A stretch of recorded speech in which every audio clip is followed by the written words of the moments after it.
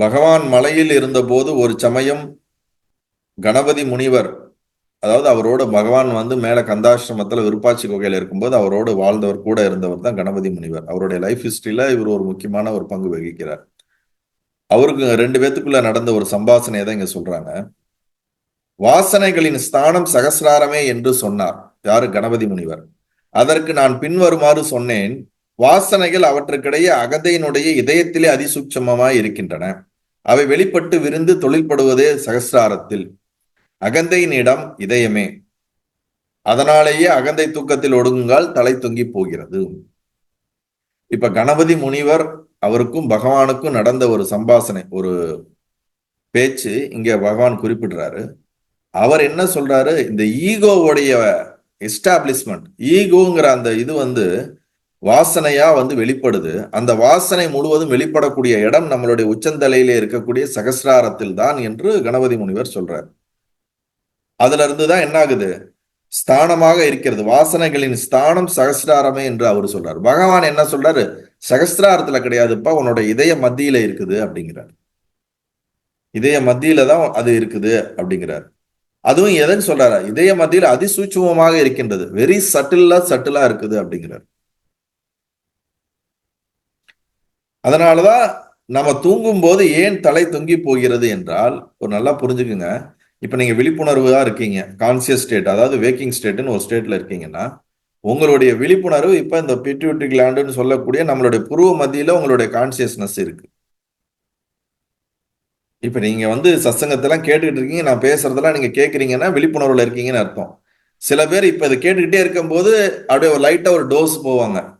அப்ப அவங்க எங்க போயிடுறாங்க? கனவுக்குள்ள போயிட்டு வருவாங்க. இந்த சாமி எப்ப பார்த்தாலும் இந்த ஆத்மா பிரம்மம் இதையே சொல்லிக்கிட்டே இருக்காரு. அது ரிப்பீட்டடா எங்களுக்கு வாரம் வாரம் கேட்டு ஒரே டேப் ரெக்கார்டு மாதிரி இருக்குது. அதனால அவர் ஆரம்பிச்ச உடனே நம்ம மத்தியானம், இன்னைக்கு ஞாயிற்றுக்கிழமை வேற, நல்லா சாப்பிட்டுருக்கோம், சாயந்தரம் 4 மணிக்கு எனக்கு தூக்கம் வரலன்னா இந்த சாமியோட சத்சங்கத்தை போட்டா நம்ம அழகா தூக்கம் வந்துடும். இப்போ அவர் வேற பேச ஆரம்பிச்சிட்டாருன்னு உடனே நமக்கு அப்படியே ஒரு லைட்டா ஒரு டோஸ் ஆகும்போது நம்ம என்ன ஆகுது? தலை லைட்டா சாய ஆரம்பிக்கும். அப்ப நம்மளுடைய விழிப்புணர்வானது, இந்த கான்சியஸ்னஸ் ஆனது இங்க இருந்து நேரா இதே மத்திக்கு வந்துடும். நம்ம தூங்கும் போது தலையை நேரா வச்சு உங்களால தூங்கவே முடியாது. நீங்க பாருங்க, யாரெல்லாம் தூங்குறவங்க எல்லாம் பாத்தீங்கன்னா தலை கொஞ்சம் சாஞ்சுதான் இருக்கும். நீங்க பஸ்ல போகும்போதோ ட்ரெயின்ல போகும்போதோ இல்ல ஜென்ரலா படுக்கும் போதோ தலை சாயாம நமக்கு தூக்கமே வராது. தலை ஸ்ட்ரெயிட்டா இருந்துச்சுன்னா நம்மளுடைய அவேர்னஸ் நம்மளுடைய ஆஞ்ஞா சக்கரத்துக்கு வந்துடும். கனவுல இருக்கும்போது நம்மளுடைய தொண்டைக்குழியில இருக்கக்கூடிய விசுத்தி சக்கரத்துக்கு போயிடும். ஒரு அலுசினேஷன் மாதிரி ஒரு ஒரு தெளிவில்லாத ஒரு நிலையான இந்த விசுத்தி சக்கரத்துக்குள்ள போய் நின்றுடும் அந்த விழிப்புணர்வு. ஆழ்ந்த தூக்கம் போகும்போதுதான் அது நம்மளுடைய இதய மத்திக்குள்ள போய் இருந்துடும். அதோடைய எப்படி ஒரு கொடையை நீங்க விரிச்சீங்கன்னா பெருசாகி திருப்பி உள்ள சுருங்குவது போல நம்மளுடைய கான்சியஸ்னஸ் விழிப்புணர்வானது இதய மத்தியின்ற அந்த நான் என்ற இந்த ஹிருதய மத்தியிலிருந்து வெளிப்படுகிறது. அது வெளிப்படும் பொழுது அது வெளிப்பட்டு சகசிராரத்திலே தொழில்படுகிறது என்று பகவான் இங்கே சொல்கிறார். அதாவது இங்க பாத்தீங்கன்னா, அகந்தையின் இடம் இதயமே, அதனாலேயே அகந்தை தூக்கத்தில் ஒடுங்குங்கால் தலை தொங்கி போகிறது. தூக்கத்துல நமக்கு ஈகோ இல்லையே, எங்க இருக்கிறோம் நமக்கு தெரியல இல்ல. அப்ப அது எங்க போகுதுன்னா நம்மளுடைய இருதய மத்தியில போறதுனாலதான் நம்ம தலை சாஞ்சிருதுங்கிறாரு. ஈகோ ஆக்டிவா இருக்கும்போது தலை நல்லா சாயாது. மேலும் நான் என்று நாம் நம்மை குறிப்பிடும் போது மார்பகத்தையே தொடுகிறோம் என்று தலையை தொட்டு நான் என்று எவரும் குறிப்பிடுவதில்லை. என்னைக்காவது நான் யார் தெரியுமா, என்னையே நீ சொல்லிட்டியா, நான் எப்படிப்பட்ட ஆள் தெரியுமா, நான் நம்ம சொல்லும் பொழுது நம்மளுடைய இயல்பாகவே நம்மளுடைய கை நம்மளுடைய இதய மத்தியை நோக்கி தான் போகுமே தவிர, மார்பை நோக்கி தான் போகுமே தவிர, நான் யார் தெரியுமா, நான் எப்படிப்பட்டவன் தெரியுமான்னு தலையை வச்சு நம்ம கையில சொல்றதே கிடையாது. பகவான் எவ்வளவு சிம்பிளான ஒரு உதாரணத்தை நமக்கு ரிலேட் பண்றதுக்கு சொல்றாரு பாருங்க. அப்ப நான் அப்படின்னு ஒரு சண்டைக்கு நின்னோம்னு வச்சுங்க, நான் யார் தெரியுமா அப்படின்னு அப்படியே ஒரு நம்ம அப்படி நம்மளை மார்பை நிமிர்த்தி நான் எப்படிப்பட்ட ஆள் தெரியுமா அப்படின்னு ஒரு ஜெய்ஜாங்கடியே அப்படி நிக்கிறது காரணம் என்ன? நான்ற உணர்வு சென்டரா இருக்கிறது இங்கதான். இதயத்தில் அதிசூக்ஷ்மமாய் அகந்தையுடன் பொதிந்துள்ள வாசனைகள் ஆத்மா வாச பிரகாசத்துடன் சகசிராரத்தில் பெரிதாக விஸ்தரித்து பெற்று மனோமய அனுபவங்கள் ஆகின்றன. ரொம்ப முக்கியமான ஒரு விஷயம். இந்த நான்ற உணர்வு ஹிருதய மத்தியிலிருந்து வெளிப்படுகிறது. வெளிப்படுறதை தான் நம்ம ரிஃப்ளெக்டட் கான்சியஸ்னஸ், இந்த நான்ற உணர்வு வெளிப்படும் பொழுது சகசிராரத்துல இருந்து தான் அதனுடைய இயக்கங்கள் இருக்கிறது. நம்மளுடைய வாசனைகள், நம்மளுடைய ஆசாபாசங்கள், விருப்பு வெறுப்புகள், எல்லா உணர்ச்சிகளும் முழுவதுமாக இந்த சகசிராரத்திலிருந்து அது இயங்க ஆரம்பிக்குது, வெளிப்படுகிறது. அதாவது நம்மளுடைய மூளை பகுதியை தான் நம்ம சகசிராரம்னு சொல்றோம். ஸோ அந்த பகுதியில தான் அது என்னது, முழுவதுமாக குடை போல விரிந்து அது இயங்க ஆரம்பிக்கின்றது. மனோமய அனுபவங்கள், மனம் சார்ந்த எல்லா அனுபவங்களும் அங்கதான் நமக்கு ஏற்படுகிறது. ஆகவே வாசனை திரள்கள் விளையாடும் திரையே சகசிராரம். அழகான வார்த்தை. வாசனை திரள்கள் விளையாடும் இடமே சகசிராரம். எல்லா படங்களையும் நம்ம போடணும்ன்றா அதுக்கு ஒரு திரை வேணும். திரை இல்லாம நமக்கு அந்த ப்ரொஜெக்டர்ல ப்ரொஜெக்ட் பண்றது ஸ்கிரீன் இல்லாம அதுல படம் தெரியாது. அதுபோல இந்த நான் என்ற உணர்வுல இருக்கக்கூடிய வாசனைகள் எல்லாம் ப்ரொஜெக்ட் பண்ணி வெளியே வெளியே நமக்கு நம்மளே பார்க்கக்கூடிய இடம் தான் நம்மளுடைய சகசிராரமா இருக்கு. நம்ம கண்ணை மூடி நம்ம மனசை நம்ம பார்க்கிறோம்னா மனசுல வர எண்ணங்கள்லாம் என்னது, ஒரு ஆகாசம் தான். அது ஒரு திரை தான். அந்த திரையில நம்ம நமக்குள்ள எல்லாத்தையும் பார்க்கிறோம்ல, அந்த திரை அப்படிங்கறத தான் இங்க சகசிராரமா இங்க சொல்றாரு பகவான். சோ பெரிதாக விஸ்தரித்துக் கொண்டு மனோமய அனுபவங்களாகின்றன. ஆகவே வாசனா திரள்கள் விளையாடும் திரையே சகசிராரம். அங்கே பற்பலவாம் மனோமய இயக்கங்கள் காணப்படுகின்றன. நம்ம மனதுல நடக்கக்கூடிய எல்லா விதமான இந்த திங்கிங், எமோஷன்ஸ், இது எல்லாம் இங்க இருந்து தான் ஏற்பட்டு அது உடலுக்குள்ள இருக்கக்கூடிய மற்ற சக்கரங்களுக்கெல்லாம் என்ன ஆகுது, இயக்கங்கள் மாறுபடுகின்றன. நம்ம உடம்புல 7 வகையான சக்கரங்கள் இருக்கின்றது. முதுகெலும்பு நுனியில இருக்கக்கூடிய சக்கரம் மூலாதார சக்கரம். அடிவயிற்றுக்கு கீழே நம் பிறப்புறுப்புக்கு மேலே இருக்கக்கூடிய சக்கரம் சுவாதிஷ்டான சக்கரம். மணிப்பூரகம் என்பது நம்மளுடைய தொப்புளுக்கு அருகில் இருக்கக்கூடிய சக்கரம். இதய மத்தியில் இருக்கக்கூடிய சக்கரம் அநாகதம். தொண்டைக்குழியில் இருக்கக்கூடிய சக்கரத்திற்கு விஷுத்தி. புருவ மத்தியில் இருக்கக்கூடிய சக்கரம் ஆக்ஞா. உச்சந்தலையில இருக்கக்கூடிய சக்கரம் சகசிராரம். இது சக்கரம்னு எடுத்துக்கூடாது, சக்தி மையம், எனர்ஜி சென்டர்ஸ். இந்த எனர்ஜி சென்டர்ஸ்க்கு எல்லாத்துக்கும் யாரு ராஜான்னா ஆக்ஞா சக்கரமானி. அந்த ஆக்ஞா சொல்லக்கூடிய இந்த புருவ மத்தியில இருக்கக்கூடியதான் சக்கர ராஜா. அவன் தான் டிசிஷன் மேக்கர். ஆக்ஞான்னு அப்படின்னா கமாண்டிங்னு அர்த்தம். அவன் தான் முடிவு பண்றது. இப்ப இந்த ஆக்ஞா அப்படின்னு சொல்லக்கூடிய நான் அப்படின்ற இந்த விழிப்புணர்வு இங்க இருந்து ஹிருதய மத்தியில இருந்து இங்க விழிக்கும் போது இங்க வந்துடுது. தூங்கும் போது அங்க உள்ளுக்குள்ளே ஒடுங்குகிறது. இப்ப இது விழிப்புக்கு வந்த உடனே மற்ற எல்லா சக்கரத்திலும் அது என்ன ஆகுது, நான் என்ற உணர்வு கம்ப்ளீட்டா ஸ்ப்ரெட் ஆகி அதுக்கு உண்டான ஒவ்வொரு சக்கரம் ஒவ்வொரு உணர்ச்சிகளினால் அடைபடுகிறது, மலர்கிறது. அதை நம்ம கரெக்டான பேலன்ஸ் பண்ணும் பொழுது, சக்தி மையங்களை பேலன்ஸ் பண்ணும்போது நமக்குள்ள அந்த உணர்வு ரீதியான பிரச்சனைகள் இருந்து விடுபட முடியும். அதான் இங்க பகவான் சொல்ற, இதயத்திலிருந்து வெளியே செல்லும் நாடிகள் 101 என்றும் அவற்றில் ஒன்று நேரே சகசிராரத்திற்கு செல்கிறது என்றும் உபனிஷத் கூறப்படுகிறது. இந்த ஹிருதய மத்தியிலிருந்து வெளிப்படக்கூடிய நாடிகள் 101 நாடிகள் உபனிஷத்துல சொல்லப்பட்டிருக்கு. யோகா மார்க்கத்துல வேற மாதிரி சொல்லப்பட்டிருக்கு. உபனிஷத்துன்னு சொல்லக்கூடிய இந்த வேதாந்தத்துல அதுல 101 நாடிகள் இதயத்திலிருந்து கிளம்புது. அதுல ஒரு நாடி சகசிராரத்தை நோக்கி போகுது. அதுலதான் இந்த நான்ற உணர்வு நமக்கு வெளிப்படுகிறது என்று இங்க சொல்லப்படுது. யோக மார்க்கத்துல முதுகெலும்பு நுனியிலிருந்து குண்டலினி சக்தின்னு சொல்லக்கூடிய நம்மளுடைய இந்த சுசும்னா நாடியிலே அந்த உணர்வானது சகசிராரத்தை நோக்கி சென்று அங்கே நான் என்று நமக்கு விழிப்புணர்வு ஏற்படுகிறது அப்படின்னு யோக மார்க்கத்துல சொல்லப்படுகிறது. அதை இங்க பகவான் குறிப்பிடுகிறார். சுழுமுனை எனப்படும் யோக மார்க்கத்தில் மூலாதாரத்திலிருந்து சகசிராரத்திற்கு செல்கிறது. சகசிராரத்தில் சமாதி அனுபவம் ஆனந்த லகரியும் ஏற்படின் இதயத்தை சார்ந்தாலன்றி சகஜ நிலை சித்தியாகாது. ஏனெனில் அதுவே அனைத்தின் மூலமாம் அகந்தையின் உற்பத்தி ஸ்தானம். நமக்கு சமாதி அனுபவம் ஏற்படும் போது சகசிராரத்துலதான் நமக்கு அந்த மனம் மனமற்ற நிலை ஏற்படுகிறது. அந்த மனமற்ற நிலை ஏற்பட்டாலும் அது எதை சார்ந்து இருக்குதுங்கிறார். இதயத்தை சார்ந்தாலன்றி சகஜ நிலை சித்தியாகாது. அந்த ஹிருதய மத்தியை சார்ந்துதான், இந்த நான் என்ற இந்த ஸ்தானத்தை சார்ந்துதான் அதுவுமே நமக்கு ஏற்படுகிறது. அழகா சொல்றார். ஏனெனில் அதுவே அனைத்தின் மூலமாம் அகந்தையின் உற்பத்தி ஸ்தானம். கர்ப்பத்தின் 7ஆம் மாதத்தில் பிரம்மரந்திரத்தின் வழியாக ஜீவன் உடலுக்குள்ளே பிரவேசிக்கிறது என்றும் அவ்வழியே இறுதி காலத்திலும் யோகி பிராணன் வெளிப்பட்டு பிரம்மலோகம் செல்கிறான் என்றும் சொல்லப்படுகிறது. ஞானியினது பிராணனோ வெளியே எங்கும் செல்வதில்லை, அனைத்தின் மூலஸ்தானமான இதயத்தில் தன்மயமாய் ஒடுங்கிவிடும். கடைசியில அழகா ஒரு வார்த்தையை சொல்லிட்டார். ஒரு குழந்தை பிறக்கிறது என்றால் நம்ம 7வது மாதத்திலே வந்து வளகாப்புன்னு ஒரு விஷயம் பண்ணுவாங்க. ஏன் அப்ப பண்றாங்கன்னா, அந்த நேரத்துல தான் அந்த உயிர் வந்து அந்த குழந்தையோட உச்சந்தலையில இருக்கக்கூடிய, இந்த குழந்தை பிறந்த எல்லா குழந்தைக்கும் பாத்தீங்கன்னா இந்த உச்சந்தலை வந்து ரொம்ப சாஃப்டா இருக்கும். பிரம்மரந்திரம். அது வழியாகத்தான் உயிர் உள்ளே, பிராணனானது உள்ளே செல்கிறது. உயிர் உள்ளே செல்கிறதுனா என்ன நினைச்சுக்கிறீங்கன்னா, பிராணன் உயிர் ஊட்டக்கூடிய அந்த சதை பிண்டத்தை உயிரோட்டமாக மாற்றக்கூடிய அந்த பிராணன் உள்ளே போகிறது. அது நம்ம சாஸ்திரத்துல 7ஆம் மாதத்திலே செல்வதாக சொல்லப்படுகிறது. அப்படி அது சென்று பிரவேசிக்கிறது. இறுதி காலத்திலே யோகி, ஒரு யோக மார்க்கத்திலிருந்து பயங்கரமா சாதனை செய்தவனுடைய அந்த பிராணன் எங்கே வெளிப்படுகிறது என்றால், உச்சந்தலையில் இருக்கக்கூடிய அந்த பிரம்மரந்திரத்திலிருந்து நேரடியாக வெளிப்பட்டு பிரம்மலோகத்திற்கு செல்கிறது என்று நம்ம சித்தர்களுடைய வாக்காக சொல்லப்படுகிறது, ஞானிகளுடைய கூற்று. ஆனால் இந்த யோக மார்க்கத்திலே அந்த அளவுக்கு சாதனை செய்து அதுல வெற்றி பெறாதவர்களுடைய பிராணன் எது வழியாக செல்கிறது என்றால் 9 துவாரத்தின் வழியாக செல்கிறது. எந்த 9 துவாரம்? கண், காது, மூக்கு, வாய், குறி, குதம், இது போன்ற இருக்கக்கூடிய இந்த 9 துவாரத்தின் வழியாக நாம் எப்படிப்பட்ட வாழ்க்கையை வாழ்ந்திருக்கின்றோம், நம் மனது வாசனைகளினால் எந்த அளவுக்கு அதுல வந்து எந்த விதமான சக்கரத்துல எந்த விதமான வாசனைகளில அது வந்து பின்னி பிணைந்து இருக்குதோ அதுக்கேத்த மாதிரி நம்மளுடைய பிராணன் அந்த துவாரத்தின் வழியாக செல்லும்.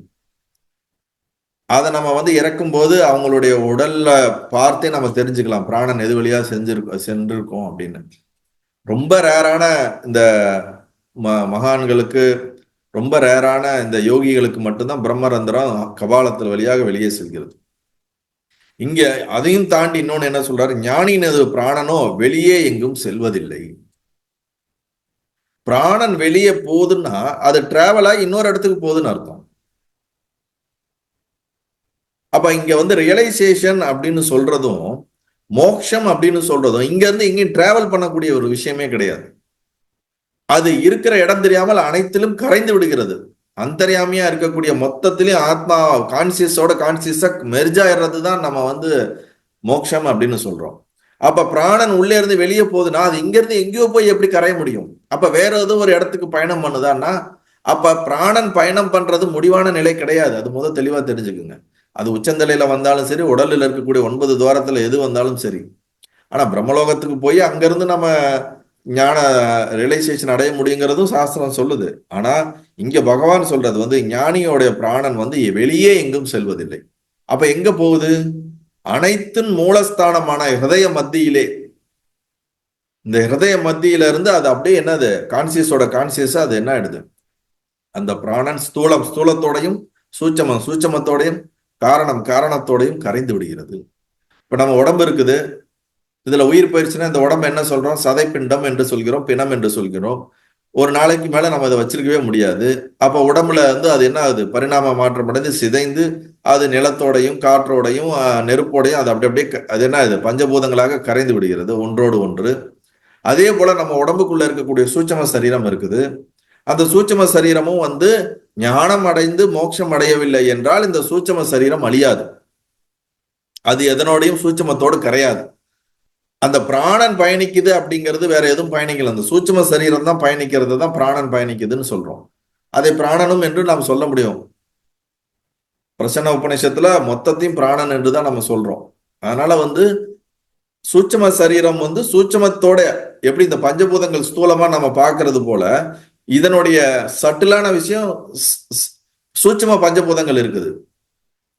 அந்த சூட்சும பஞ்சபூதங்களோட நம்மளுடைய மனம், புத்தி, அகங்காரம், இந்திரியங்கள், கர்மேந்திரியங்கள், ஞானேந்திரியங்கள், பார்க்கக்கூடிய சக்தி, பேசக்கூடிய சக்தி, செயல்படக்கூடிய சக்தி, கேட்கக்கூடிய சக்தி, இது எல்லாம் ஒவ்வொரு சூட்சமமான சக்திகள் அந்த சூட்சமத்தோட கலந்து விடுகிறது.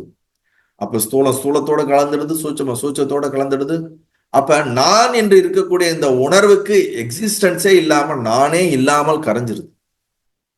தனியான நான்ற உணர்வு இல்லாமல் அந்த நான் காஸ்மிக்னு சொல்லக்கூடாது, கான்சியஸ்னஸோட ஒன்றாகி விடுகிறது. அப்ப தனியான ஒரு உணர்வே அங்க இல்லாமல் எங்கேயும் டிராவல் பண்றதோ, உயிர் டிராவல் பண்றது இதெல்லாம் வந்து அஞ்ஞானிக்கு தான் டிராவல் பண்ணும், ஞானிக்கு எங்கேயும் டிராவல் ஆகாது. அப்ப பகவானுடைய ஒரு வாக்கு இதவாகத்தான் இருக்கிறது. அப்ப இந்த நான்ற உணர்வு எங்க உற்பத்தி ஆகுதுன்னா ஹிருதய மத்தியில இருந்து. அது எங்க ஒடுங்கணும்னாலும் ஹிருதய மத்தியில தான் ஒடுங்கும். தூக்கத்திலையும் ஒடுங்குது, ஆனா முழுமையாக அது இல்லாமல் போகுவதில்லை. அதனால்தான் காலையிலே நாம் அது வெளிப்படுகிறது. ஆனா மோட்சம் என்பது இப்ப தூக்கத்துல நம்ம ஒடுங்குது இல்ல, அது மீண்டும் வருவதற்கே இல்லாமல், அது தன்னுடைய இருப்புக்கே இல்லாமல் அது கரைந்து விடுவதைத்தான் நீங்க மோட்சம் என்று நாம் எடுத்துக்கொள்ள வேண்டும். மரணம்னு என்ன தெரியுங்களா? இதே இந்த நான்ற உணர்வு இந்த உடம்புக்குள்ள ஒடுங்கி திருப்பி வெளியே வந்துச்சு பாத்தீங்களா? காரணத்துக்குள்ளே ஒடுங்கி வெளியே வந்துச்சுல்ல, அது உடம்புங்கிற இதுக்குள்ள ஒடுங்கி வருது மாதிரி இல்லாம, இந்த மொத்த காஸ்மிக்குடைய காரணத்துக்குள்ள ஒடுங்கி மீண்டும் ஒரு உடம்புக்குள்ள வர்றது தான் நாம பிறப்பு அப்படின்றோம். இந்த பிராணன், இந்த நான்ற உணர்வு இந்த உடலுக்குள்ள ஒடுங்கி வெளியே வந்தது என்றால் அது உறக்கம், ஆழ்ந்த உறக்கம். இந்த உடல் இல்லாமல் இந்த பிரபஞ்சத்தின் காரணத்துக்குள்ளே ஒடுங்கி அதிலிருந்து வெளியே வந்தது என்றால் அது பிறப்பு, மறுபிறப்பு, இறப்பு, மறுபிறப்பு. புரியுதுங்களா? இந்த நான்ற உணர்வு இதுக்குள்ள ஒடுங்கி வெளியே வருவதற்கு இல்லாமல் இந்த விழிப்புணர்வு என்று சொல்லக்கூடிய மொத்த இந்த பிரம்மமான கான்சியஸோட அது ஒன்றாகி விட்டது என்றால் அது மீண்டும் வருவதற்கு வழியே கிடையாது. உதாரணத்துக்கு கடலிலே இருக்கக்கூடிய நீர்க்குமிழி போல, அதுல ஒரு நீர்க்குமிழி உற்பத்தி ஆகுது, மீண்டும் கடலோடு கரைந்து விடுகிறது. உற்பத்தி ஆகுது, கரைந்து விடுவது போல இந்த நான்ற உணர்வு உற்பத்தி ஆகுது. என்னைக்கு நாம ரியலைசேஷன் ஆகும் போது, மோட்சம் உடலை விடும் பொழுது அது மீண்டும் கான்சியஸோட இந்த இண்டிவிஜுவல் அப்படிங்கிற தனி உணர்வு இல்லாமல் போய்விடுகிறது. அதுதான் ரியலைசேஷன். அதை தான் இங்க சொல்றாரு. அப்ப ஏன் ஞானிகள் மீண்டும் பிறப்பதில்லை என்றால், அவர்களுக்கு அந்த இண்டிவிஜுவல் அப்படிங்கிற அந்த ஐடென்டிட்டி, அவர்கள் நான் என்ற அந்த அகந்தையை அவர்கள் கேரி பண்றதே கிடையாது. நமக்கெல்லாம் நான் இருக்கிற மாதிரி அவங்களுக்கு இந்த உடம்ப நானு நினைக்க மாட்டாங்க, இந்த மனசை நானு நினைக்க மாட்டாங்க, இந்த உயிரை நான் என்று நினைக்க மாட்டார்கள். நம்ம இந்த மனசை நானு நினைக்கிறோம், இந்த உடலை நானு நினைக்கிறோம், இந்த உறவுகளை நான் என்று நினைக்கிறோம், இந்த உடைமைகள் எல்லாம் நான் என்று நினைக்கின்றோம். நம்ம சுத்தி இருக்கவங்களுக்கு எதா ஆச்சுன்னா நமக்கு ரொம்ப வலிக்குது. ஏன்னா நான்ற உணர்வு அவங்க மேல எல்லாம் இன்வெஸ்ட் பண்ணி வச்சிருக்கிறோம். நீங்க என்ன நினைச்சிட்டு இருக்கீங்க, நான்றது இந்த உடம்புக்குள்ளதான்? அப்படி கிடையவே கிடையாது. உங்களை சுத்தியில இருக்கக்கூடிய உறவுகள், நீங்க வச்சிருக்கக்கூடிய உடைமைகள், பொருட்கள், பேர் புகழ் எல்லாத்திலையும் நீங்கிறது ஆக்டோபஸ் மாதிரி அப்படியே எஸ்டாப்ளிஷ் ஆயிருக்குது. எங்கேயாவது எதுலயாவது ஒண்ணு ஏதாவது நடந்துச்சுன்னா நமக்கு இங்க என்ன ஆகுது, ஒரு வலி, ஒரு வேதனை ஏற்படுதுன்னா நான் ரொம்ப அப்படியே பின்னி மரத்தோட வேறு போல என்னது எல்லாத்துலயும் எஸ்டாப்ளிஷ் ஆயிருக்கேன். அட்லீஸ்ட் எனக்குள்ள இருந்தாவாச்சு நான் அதை எப்படி வர்றதுன்னு பாக்கலாம். நான் எல்லாத்துக்கூடயும் இருந்தேன்னா அப்ப எப்படி இருக்கும்? அப்ப பந்தம் என்ற இந்த வேர்களால பரவி இந்த உலகத்துக்குள்ள ரொம்ப ஸ்ட்ராங்கா வேரூன்றி இருக்கிறேன். அப்ப அந்த வேரெல்லாம் நீங்க அப்படியே மெல்ல மெல்ல மெல்ல மெல்ல பற்றற்ற நிலையில நீங்க எடுத்து உடலுக்குள்ள வரணும், உடலுக்குள்ள இருந்து மனசுக்குள்ள போகணும், மனசுக்குள்ள இருந்து ஆத்மாங்கிற அந்த உணர்வை நாம் அடைய வேண்டும். எவ்வளவு பெரிய ப்ராசஸ் இருக்கு. ஆனா நம்ம வெளியில இருக்க விஷயத்துல எங்கேஜ் ஆனோம்னா எங்க உள்ளுக்குள்ள திரும்ப. அதனாலதான் பகவான் சொல்றாரு, உள்நோக்கி திரும்பி பார். நீ அகந்தை எங்கே இருக்கிறது என்றால் அதை அழிக்கணும்னா என்னமோ வேற வெட்டுற மாதிரி, மரத்தை வெட்டுற மாதிரி வெட்டக்கூடிய விஷயம் கிடையாது. நீ ஜஸ்ட் லுக்கின் பண்ணு. நம்ம நினைக்கிறோம் லுக்கின் பண்றது அவ்வளவு ஈஸின்னு. அதுதான் இருக்கிறதுலே சும்மா இரு சொல்லறான்ற மாதிரி நமக்குள்ள உட்காந்து நமக்குள்ள திரும்பி பார்க்கறத விட ஒரு மிகப்பெரிய ஒரு கடினமான விஷயம் எதுவுமே கிடையாது. ஏன்னா கொஞ்ச நேரத்துக்கு மேல நம்மளோட உட்காரவே முடியாது. அது உட்காந்து பழகும் பொழுது நம்ம மனசையே நம்ம படிக்க ஆரம்பிக்கிறோம், நம்ம புத்தியை படிக்க ஆரம்பிக்கிறோம், நம்மளுடைய உணர்ச்சிகளை எல்லாத்தையும் பார்க்க ஆரம்பிக்கிறோம். பார்க்கவே திருடனை போலீஸ் இருக்கும்போது திருடன் வேலை செய்ய மாட்டான், போலீஸ் இல்லாத போலதான் திருடன் இயங்குவான். அது போல விழிப்புணர்வு நமக்குள்ள அதிகமாய்கொண்டே இருக்கும்போது மனம் அமைதியா இருந்துகிட்டே இருக்கும். அது திருட்டுத்தனம் பண்ணாது. விழிப்புணர்வு நம்மகிட்ட கம்மியா இருக்கும்போது தான் அது இயங்கும். விழிப்புணர்வு அதிகமா இருக்கும்போது எண்ணமே வராது. அதுதான் சமாதி, தியானம், இந்த ஸ்டேஜ் எல்லாம். விழிப்புணர்வு கம்மியா எண்ணம் ரொம்ப அதிகமாகும். ஸோ இதெல்லாம் நம்ம புரிஞ்சுக்கணும். அதனால நான்ற உணர்வு ஹிருதய மத்தியிலிருந்து வெளிப்படுகின்றது. முதல் விஷயம் அதுதான். நம்மளுடைய ஆஞ்ஞா சகசிராரம் என்று இந்த உச்சந்தலைக்கு மேலே அது வெளிப்பட்டு இந்த வேக்கிங் ஸ்டேட்ல எல்லாத்தையும் நம்ம அனுபவிக்கிறோம். ஆழ்ந்த தூக்கத்துக்கு போகும்போது அது உள்நோக்கி மீண்டும் சென்று விடுகின்றது. அதை அழிப்பதற்கான வழி ஏற்கனவே சொன்னது போல அகந்தையை இருக்கிறதா என்று பார்த்தாலே போதும், அது இல்லாமல் போய்விடும். கந்தாசிரமத்தில் இருக்கும் போது அதை அடுத்துள்ள ஒரு பாறையின் மீது சில சமயம் உட்கார்ந்திருப்பேன் பகவான். ஒரு சமயம் இன்னும் சிலரோடு அங்கே அமர்ந்திருக்கும் போது பாறையின் ஒரு இடுக்கில் இருந்து ஒரு சிறு பூச்சி போன்ற ஒரு ஏதோ ஒன்று வானத்தை போல் விசையுடன் உயர கிளம்பி கணத்தில் லட்சக்கணக்கான விரிந்து வானத்தை மறைத்தது. அவ்வாறேதான் அகந்தையும் இதயத்திலிருந்து கிளம்பி உடலாகவும் உலகம் அனைத்தாகவும் விரிகிறது. வெவ்வேறு அனுபவங்களின் சாதனங்களை வெவ்வேறாக தோன்றினும் அகந்தையின் மூலஸ்தானம் இதயமே.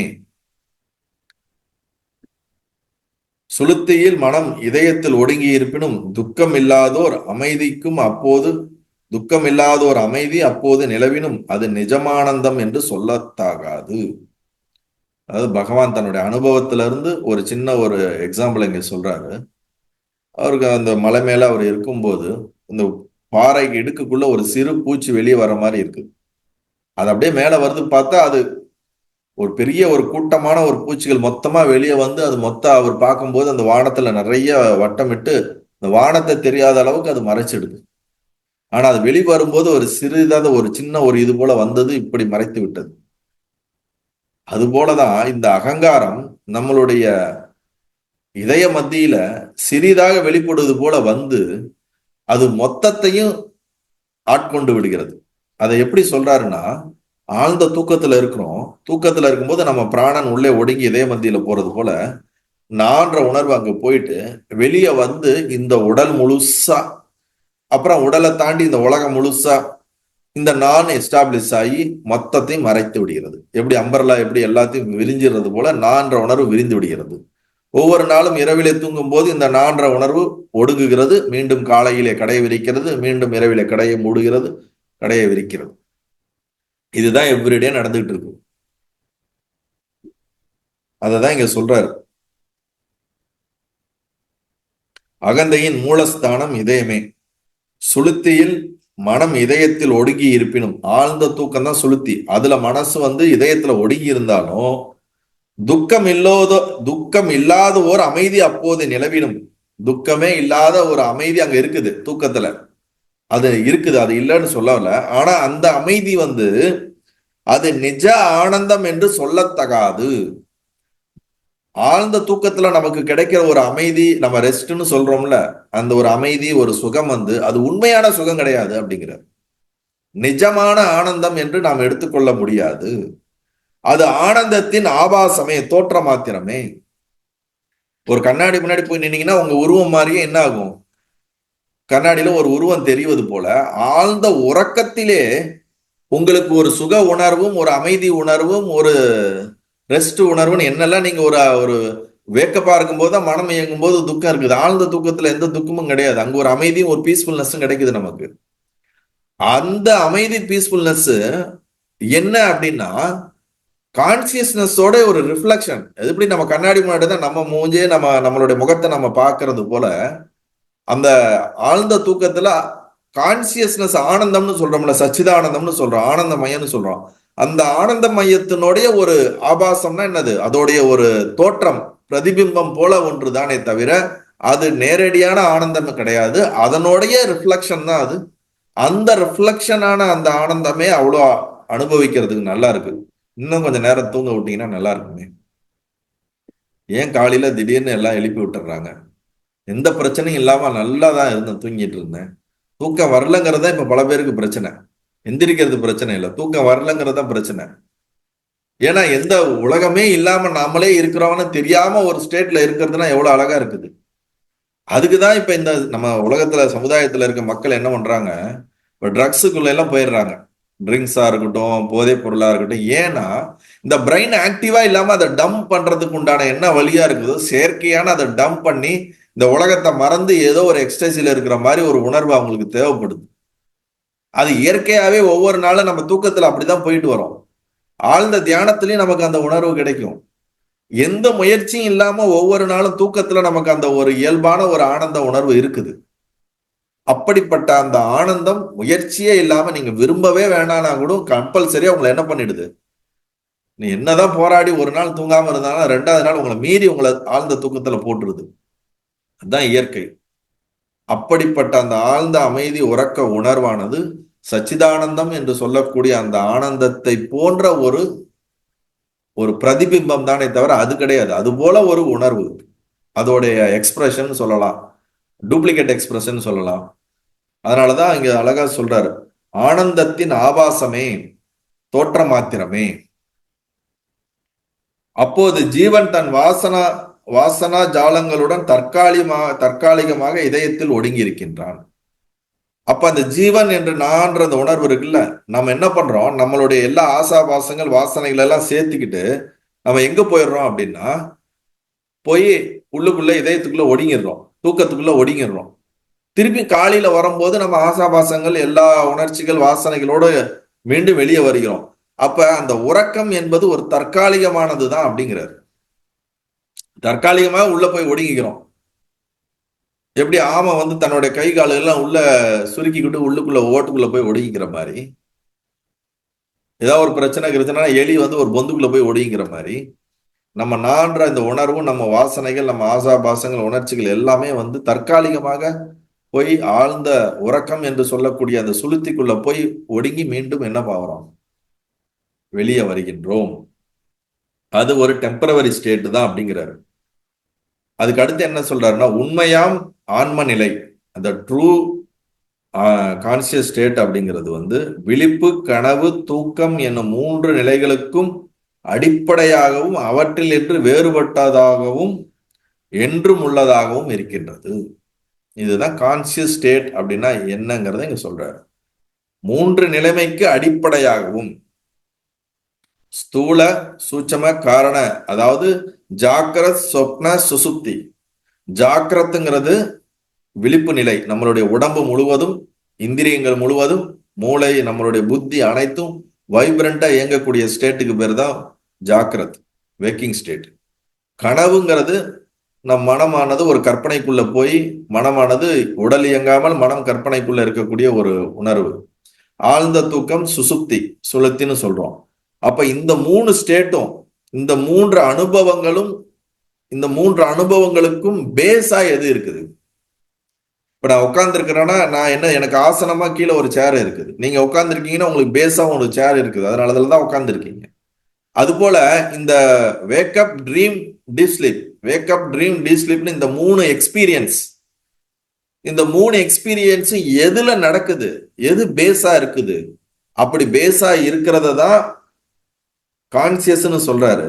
அடிப்படையாய் அந்த கான்சியஸ்ங்கிற பேஸ், அந்த ஒரு ஸ்டேஜ் மேலதான் நாடகமோ படம் ஏதோ ஒரு நடனமோ நடக்க முடியும். அது போல கான்சியஸ்ங்கிற இந்த ஸ்டேஜ் மேலதான் ஜாக்கிரத், சொப்ன, சுசுப்தி, waking state, dream state, deep sleep state, கனவு நிலை, விழிப்பு நிலை, ஆழ்ந்த தூக்க நிலை, இது 3 மாறி மாறி ஒரு மாற்றத்தில் அனுபவத்தை ஏற்படுத்தி கொண்டே இருக்கிறது. இந்த 3 நடந்தாலும், இதுக்கு அடிப்படையா இருந்தாலும், இதுக்கு வேறானதாக இருக்கிறதுங்கிறார். அதெல்லாம் நடக்கிறதுக்கு காரணமா இருக்குது. ஆனா அது அல்ல. ஜாக்கிரத் இல்ல கான்சியஸ்னஸ், சொப்பனம் இல்ல கான்சியஸ்னஸ், டீப் ஸ்லீப் இல்ல கான்சியஸ்னஸ், இதுக்கு வேறாக இருக்குது. ஆனா இதெல்லாம் நடக்கிறதுக்கு ஆதாரமாகவும் இருக்கிறது. அப்படி அவற்றிலிருந்து வேறுபட்டாய் என்றும் உள்ளது, நித்தியமாக எல்லா காலத்திலும் இருப்பது எதுவோ அதுதான் ஆன்மா. எல்லா காலத்திலும் இருப்பதாகவும், அனைத்திற்கும் அறிவூட்டக்கூடிய சுயம் பிரகாசமாகவும், சித்தான ஒரு அறிவு உணர்வாகவும், மெய் உணர்வாக இருப்பதாகவும், கனவு, விழிப்பு, ஆழ்ந்த தூக்கம் என்ற 3 அனுபவங்களுக்கும் அடிப்படையாய் ஆதாரமாக இருப்பதாகவும், ஆனால் அதுவல்ல, அதிலிருந்து வேறுபட்டதாக எது இருப்பதோ அதுதான் ஆத்மா, அதுதான் உண்மையான ஆன்ம நிலை அப்படின்னு பகவான் இங்க வந்து ஆத்மாவுக்கான ஒரு டிஸ்கிரிப்ஷனை கொடுக்கிறாரு, டெஃபினேஷனை கொடுக்கிறாரு. நீங்க தத்துவ போதம், ஆத்ம போதம், உபனிஷத்து இது போன்று நீங்க பல கிரந்தங்களை எடுத்து நீங்க படிச்சீங்கன்னா, அங்க சொல்லப்படக்கூடிய பல சத்தியங்களை பகவான் இங்க கேஷுவலான ஒரு டிஸ்கஷன்லயே பல இடங்கள்ல ரொம்ப டீப்பான ட்ரூத்தை அவர் எக்ஸ்பிரஸ் பண்ணிட்டே வராரு. எனக்கு தெரிஞ்சு இவருடைய டிஸ்கஷன், இவருடைய உபதேசங்கள் அழகா இந்த மாதிரி ஒருத்தங்க பக்கத்துல இருந்து ரெக்கார்ட் பண்ணி அதை நாம இன்னைக்கு படிக்கிறோம் அப்படின்னா பெரிய விஷயம். இப்ப எவ்வளவோ மகான்கள் நம்ம இதுல இருந்துட்டு போயிருக்காங்க, நம்ம உலகத்துல வாழ்ந்துட்டு போயிருக்காங்க. இப்ப பகவத்கீதைங்கிறது பகவானுடைய ஞான உபதேசம். யோக வசிஷ்டங்கிறது வந்து ராமருக்கும் வசிஷ்டருக்கும் நடந்த ஒரு டிஸ்கஷன். பரசுராமருக்கும் திரிபுரா ரகசியம் வந்து தத்தாத்திரேயருக்கும் நடந்த ஒரு டிஸ்கஷன். இப்ப இங்க பாத்தீங்கன்னா பகவான் ரமண மகரிஷிக்கும் அவரை பார்க்க வந்த சீடர்களுக்கும் நடந்த டிஸ்கஷன். அப்ப இந்த டிஸ்கஷன்ல எல்லாருமே உபநிஷத்துங்கிறது குருவுக்கும் சீடனுக்கும் நடக்கக்கூடிய ஒரு கேள்வி பதிலுக்கான டிஸ்கஷன். இந்த டிஸ்கஷன்ல தான் அவங்க எல்லா ட்ரூத்தையும் என்ன பண்றாங்க, பகிர்ந்துக்கிறாங்க. இதை நீங்க யாராவது எடுத்து டீப்பா இத சிரவணம் பண்ணி மரணம் பண்ணி இதை டீப்பா கான்டம்ப்ளேட் பண்ணி நிதித்தியாசனம் பண்ணாலே தெளிவடைஞ்சிரும். இதுக்கு மேல என்ன வேணும்? இந்த ஒரு 100 இயர்ஸ்க்குள்ள ரீசெண்டா வாழ்ந்த ஒரு கிரேட் ஒரு அவதார புருஷர் ரொம்ப எளிமையான தமிழ்ல, எளிமையான தமிழ்னு சொல்ல, அப்ப எளிமையான தமிழ், நமக்கு இப்ப படிக்கிறதுக்கு இந்த தமிழ்லாம் கொஞ்சம் கஷ்டமா இருக்குது. அப்ப அதெல்லாம் வந்து எளிமையான தமிழ். இன்னைக்கு தமிழ் படிக்கிறதுக்கே நம்ம அதுல ரொம்ப கஷ்டமா இருக்குது, வேற மாதிரி ஆயிடுச்சு இன்னைக்கு தமிழ். ஸோ அதுல வந்து வெளிப்படுத்தியிருக்காருன்னா பெரிய ஆச்சரியமான ஒரு விஷயம்தான். சரி, இப்ப இந்த இதுல இருந்து நம்ம புரிஞ்சுக்கிறது என்னன்னா, தூக்கம் என்பது ஒரு ஆனந்தத்தினுடைய பிரதிபிம்பம் போல ஒன்று. அப்ப தூக்கமே இவ்வளவு சுகமா இருக்குன்னா உண்மையான ஆனந்தம் எவ்வளவு சுகமா இருக்க முடியும்? தூக்கத்தை விட சுகம் கம்மியானதுதான் இந்த உலகத்துல நாம அனுபவிக்கிற எல்லா சுகமும் மனதினால இந்திரியத்தினால அனுபவிக்கப்படுது. மனமும் இந்திரியும் இயங்கிறதுனால அனுபவிக்கப்படுது. கரெக்டா? இது இயங்காம அனுபவிக்கப்படுவதுதான் தூக்கம். அப்ப இந்த எந்த இந்திரியங்களோ கருவிகளோ எதுவுமே இல்லாம நான்ற இந்த யதார்த்தமா எது சுகமா இருக்குதோ அதுதான் ஆனந்தம். அப்ப என்னுடைய நேச்சுரல் ஸ்டேட்டே வந்து ஆனந்தம் தான். நான் ஆனந்தத்தை போய் நான் அடையறதுக்கு முயற்சி செய்ய தேவையில்லை, என்னுடைய ஸ்டேட்டே அதுதான். இப்ப நம்ம என்ன பண்றோம், உலகத்துல போய் நம்ம ஒவ்வொரு பொருளையும் மனிதர்களையும் அடைஞ்சு அடைஞ்சு அடைஞ்சு அதுல சுகத்தை நம்ம ட்ரை பண்ணிக்கிட்டு இருக்கோம். ஆனா நம்மளே சுகஸ்வரூபங்கிறது நமக்கு தெரியல. இங்கதான் பிரச்சனையே. ஒரு பெரிய ஒரு சுகர் ஐஸ்கிரீம் ஃபேக்டரி வச்சுட்டு சுகர் ஃபேக்டரி வச்சிருக்கோம், போய் வெளியே போய் சின்ன சின்ன ஒரு சுகர் கேண்டிக்கு போய் ஒரு இடத்துல நம்ம பிக்ஷை எடுக்கிற மாதிரி இந்த உலகத்துல சுகத்தை நாடுறதெல்லாம் இந்த சமந்தான். உன உள்நோக்கி திரும்பிப்பார், உன்னை யாருன்னு தெரிஞ்சுக்கொள், அப்ப நீயே சுகஸ்வரூபமான ஆனந்த ஸ்வரூபமான சச்சிதானந்தமாய் இருப்பாய். இதுதான் எல்லா காலங்காலமா நம்மளுடைய மகான்கள் நமக்கு சொல்லக்கூடியது. அது அமிர்தம் சொல்றதெல்லாம் இதைத்தான் சொல்ல வராங்க. அமிர்தம்னா வேற எங்கேயோ போய் இருக்கிறது இல்ல, நமக்குள்ள இருக்கிற அந்த இதுதான். நல்லது.